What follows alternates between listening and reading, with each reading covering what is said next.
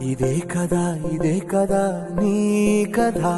ముగింపులేనిదై సదా సాగదా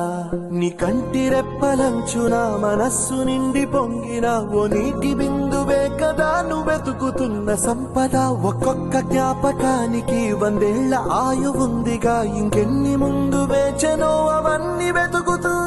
పదా మనుష్యులందు నీ కథ మహర్షిలాగా సాగదా మనుష్యులందు నీ కథ మహర్షిలాగా సాగదా